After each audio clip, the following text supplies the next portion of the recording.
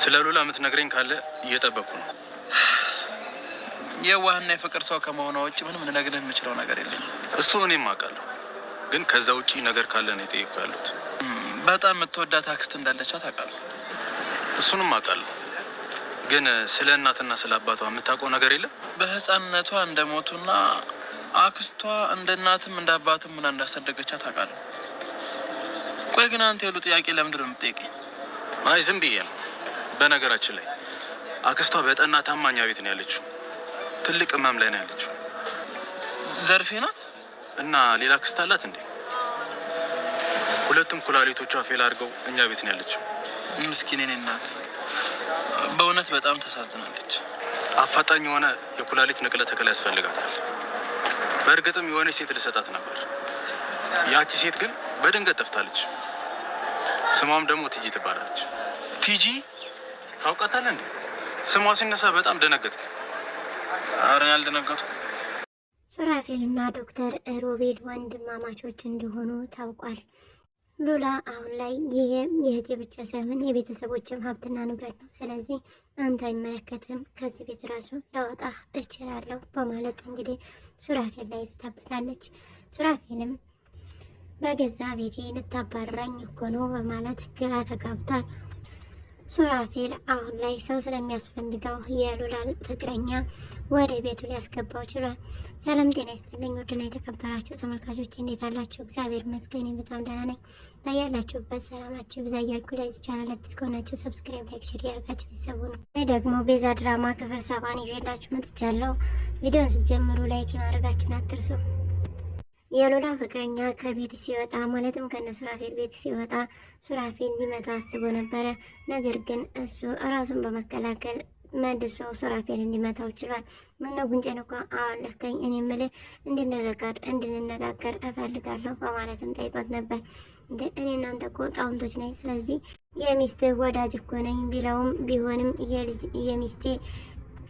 የልጇ አባት ነህ፣ ስለዚህ ሆነ ቦታ ሄደን እንነጋገር በማለት ሆነ ቦታ ሄደው እየተነጋገሩ ነበረ። ከሄዱም በኋላ ሱራፌል እስኪ ስለ ሉላ ማላቀውን ነገሮች ንገረኝ በማለት ጠይቆት ነበረ። እሱም አክስት አለቻት ብሎ ሲነግረው አውቃለሁ በማለት እርጉዝ ናት አውቃለሁ፣ በቃ ሰው ወዳጅ መሆኗንና የዋህ መሆኗን ነው የማውቀው ከዛ ውጪ በማለት ይነግረዋል።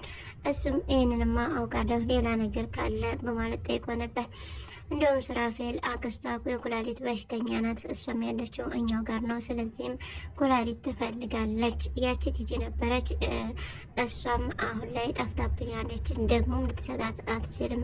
ሲቀጥል ደግሞ አክስትየዋ የቲጂን ኩላሊት አልፈልግም ብላለች፣ ስለዚህ አንተ ኩላሊት እሰጣለሁ በልና ተጠጋ እያለም ይገኛል።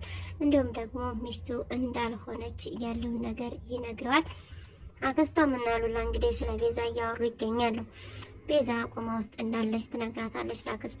እንዳደነግጭ ብዬ ነው እስካሁን ያልነገርኩሽ፣ ምነው ፊቷን ባላየሁት ኖሮ፣ በጣም ታሳዝናለች፣ የት እንደሆነች ራሱ አይታወቅም፣ ያ ዶክተር ነው የያዛት ብላ ነግራት ነበረ። አክስቲቷም ምናልባትም መርፌ ወቅቱ ይሆናል እንደዛ እንድትሆን ያደረጋት፣ ማለትም ዶክተሩና ሱራፌል ይሆናሉ፣ ስለዚህ እህታችን ፈልገን ማግኘት አለብን እያለች እንግዲህ አክስቷም ትነግራታለች። ቲጂ እኮ የመኪና አደጋ እንደደረሰባት ነግራናለች፣ እንዴት እንደዛ ሊሆን ይችላል በማለትም ቤዛ ሉላ ጥያቄ አንስታ ነበረ። አክስቷም እንግዲህ ነገርኩሽ፣ ያችን ቲጂን በጭራሽ አትመኛት በማለት ነው የተናገረችው። በሌላ በኩል ደግሞ ግራ የገባው ሱራፌል ነው። አሁን ምን እንደሚያደርግ ራሱ ግራ ገብቶታል። ወደ ዶክተር ሮቤል ጋር ሄዶ ነበረ። እዛም በሄደ ሰዓት እንግዲህ ወንድምና ወንድም እንደሆኑ በአባት እንደሚገናኙ ተጋልጧል። አንተንም መንገዴን ሁሉ ያሰናከልከው የማታፈቅራትን ፍቅር ስትል አሁንም ቤዛን አታፈቅራትም ወንድሜ በማለት ነበር የተናገረው። በስተመጨረሻም ወንድሜ ያልከኝ በማለት እንግዲህ ወንድምና ወንድም መሆናቸው ተጋልጧል። ሱራፌልም እንግዲህ ወንድሜ አትበለኝ በማለት ተናግሮ ነበረ። ምን ነው የአባት ልጅ እኮ ነኝ በማለትም ዶክተሩ ቢጠይቀውም በእናት ግን እንደማይገናኙ ነው የተናገሩት። ይህም ደግሞ የመማሪያ ልጅ ምናልባት የመጀመሪያ ልጅ ይመስለኛል ሱራፌል። እኔ በመጀመሪያ ብወለድም አባቴ ግን ስላላመነ ነው በጉዲፈቻ የተሰጠሁት። ከዛም ነው ወደ ውጭ የሄድኩት ስለዚህ አባቴ ለዚህ ነገር የዳረገኝ እሱ ነው በማለት እንግዲህ ተናግራ፣ ስለዚህ ደቃላ ነህ ሲለው እጅግ ነበረ በጣም የተናደደው። ሁለተኛ ወንድሜ እንዳትለኝ ማለት የአባቴ ልጅ እንዳትለኝ በማለት የአባቴን ስም እንዳታነሳብኝ በማለት እንግዲህ ለአባቱ ያለውን ጥላቻ ተናግሯል። በስተመጨረሻም እንግዲህ ልመና የወጣችው ቲጂ ናት። ቲጂ እንግዲህ ከሉላ ፍቅረኛ ጋር ድጋሚ ተገናኝታ ነበረ። እንዴት ነው ያለው ነገር በሙሉ በማለት ጠይቀው ነበረ። እሱም ያው እንደነገርሽ ነው፣ እኔ የምልሽ ግን ኩላሊትሽን ልትሰጫት ነበር እንዴ በማለት ነው ጠይቀን፣ ማለት ቆይ ነገሩን ላስተካክለው በማለት ኩላሊትሽን ልትሸጭላት ነበር በማለት እንግዲህ ጠይቋታል። እሷም ምን ነው እኔ አስፈለግኳቸው እንዴ በማለት ነበረ የመለሰችው። እንግዲህ በዛም ሁለተኛ እንደውም ሊያገኛት እንደማይፈልግ እርዳታዋንም እንደማይፈልግ እንዲሁም ደግሞ ስራ እንደሌለው ነግሯት ሂሳብ ሳይከፍልላት ሄዷል። ቲጂም እንግዲህ በሆቴል ቁጭ ብላ ወይኔ አሁን ይህን ሁሉ ቃል አጥብ ነው ወይ እያለች የሂሳቡን ነገር እያሰላሰለች ትገኛለች። ሉላም እንግዲህ የእህቷን ገንዘብ መንካት አልፈለገችም። ነገር ግን እህቷን እናቷ አክስቷን ማሳከም ትፈልጋለች። እሷም አንቺ ማሳከም ነው የመጀመሪያ እቅድና አላሜ፣ ስለዚህ አንቺ መታከም አለብሽ እያለቻት ነው። አክስቷም ከየት አምጥተሽ ነው የምታሳክሚኝ እያለቻት ትገኛለች። በቃ ሱራፌል ገንዘቡን ይሰጠኛል ትታከሚያለሽ በማለት ነግራት ነበረ።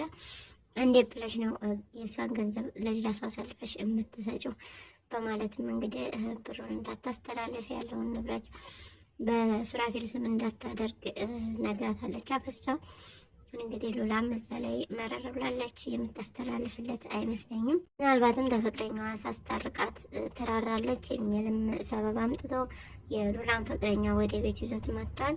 ወደ ቤት ይዞት ሲመጣ ምን ልትሰራ መጣ በማለት ትናገረዋለች። አሁን ከዚህ ወጣኒ በማለት እንግዲህ ወደ ውጭ ትወጣለች ተነስታ። በረንዳም እንደሆነች ሱራፌል ወደ እሷ መጥቶ ነበረ። ምን አስበህ ነው? ቆይ ምን እያደረክ ነው? በማለትም ጠይቀው ነበር። ሱራፌልም የልጅሽ አባት ነው፣ በጣም ይወድሻል፣ ስለዚህ ይቅርታ አድርጊልኝ እያለሽ እየለመነሽ ነው። ለምንድን ነው ይቅርታ ማታደርጊለት እያለ ይገኛል። ለዛ ነዋ ተረሳርሰህ አሁን የምንፈልገህ ነው ተረሳርሰህ እንደዚህ የምትለው በማለት እንግዲህ እሱ ያደረገኝንና እኛ ያሳለፍነውን ህይወት አንተ አታውቅም፣ ስለዚህ አርፈህ ብትቀመጥ ይሻልሃል በማለት ማስጠንቀቂያ ሰጥተዋለች።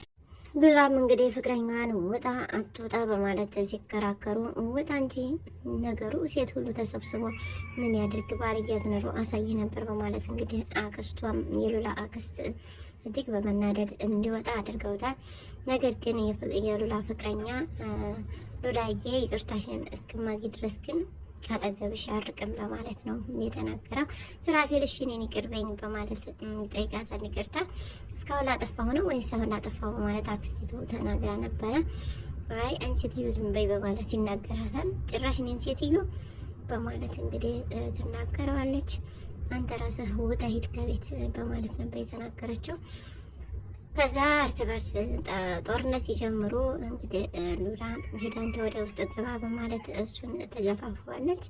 አክስቷም እንግዲህ እጅግ በመናደድ ሉላም እባክሽ አክስቴ ታመሻል እኮ ስለዚህ ልትረጋጊ ይገባል በማለት ትነግራታለች። አትየውም እንዴት እንደሚሆን ሱራፌልም ጭራሽ ከቤቴ ውጣ ትሉኛላችሁ፣ ጭራሽ ከቤቴ ልታስወጡኝ ታስባላችሁ፣ አሳያቸዋለሁ ሱራፌል ማን እንደሆነ አሳያቸዋለሁ በማለት እንግዲህ ከቤት ሲቶ ወደ ወንድሙ ሄዷ። በሄደም ሰዓት እንግዲህ ቲጂን ነበረ ያገኛት። ቲጂም እባክህን የምበራው የለኝም ይሄን መንገድ እኮ ወድቄያለሁ፣ ስለዚህ ቢያንስ እንደው ሰራተኛ ሆኜ ቤት አስገባኝ፣ ማረው እኮ በረንዳ ነው እያለችው ትገኛለች። ይገባሻል፣ ይህም ሲያንስሽ ነው በማለት እንግዲህ ተናግራታሽ። ዛሬም የሚሆን ብር ስጠኝ በማለትም ጠይቀው ነበረ። ለማኝ ነሽ እሺ በማለት እንግዲህ 200 ብር ዶላር ብሮላት ይላል። ቲጂም እንግዲህ ያችን ብር በመያዝ አሁን ይችን ምን እንዳደርጋት ነው? ፈጣሪ ስለምትወደ ነው መፈትነኝ ያውቃለሁ፣ ነገር ግን ይሄ ሁሉ በደል ለምንድን ነው በእኔ ላይ እያለች እያማረረችም ትገኛለች። እንዲህ መንገድ ልትወጣም ያደረሳት እንግዲህ የራሷ ክፋትና የራሷ ተንኮል ነው። የሰው ገንዘብ ስትፈልግ የራሷን ማታ ጭራሽ መንገድ ላይ ወዳለች። ሱራፌልም እንግዲህ ወደ ወንድሙ ወደ ዶክተር ሮቤል በመሄድ ጠይቆት ነበረ። በራሴ ቤት እኮ ልታስወጣኝ ነው በማለት ይነግረዋል። ነግሬህ ነበረ ፍቅር ፍቅር እያልክ ነው እንጂ እስካሁን ይሄን ያልከውን ሰምተህ ቢሆን ሁሉን ሀብትና ንብረት በስምህ አድርገህ ነበረ።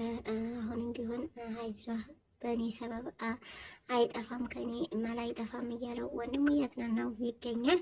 በቀጣይ ቪዲዮ እንግዲህ ምን እንደሚያደርጉ ደግሞ አብረን የምናየው ነው የሚሆነው። እስካሁን አብራችሁ ስለቆያችሁ እጅግ በጣም አመሰግናለሁ። ለቻናሉ አዲስ ከሆናችሁ ሰብስክራይብ፣ ሼር እያደረጋችሁ አበረታቱኝ። በያላችሁበት ሰላማችሁ ይብዛ እያልኩኝ ሰላም ለሀገራችን፣ ሰላም ለሕዝባችን።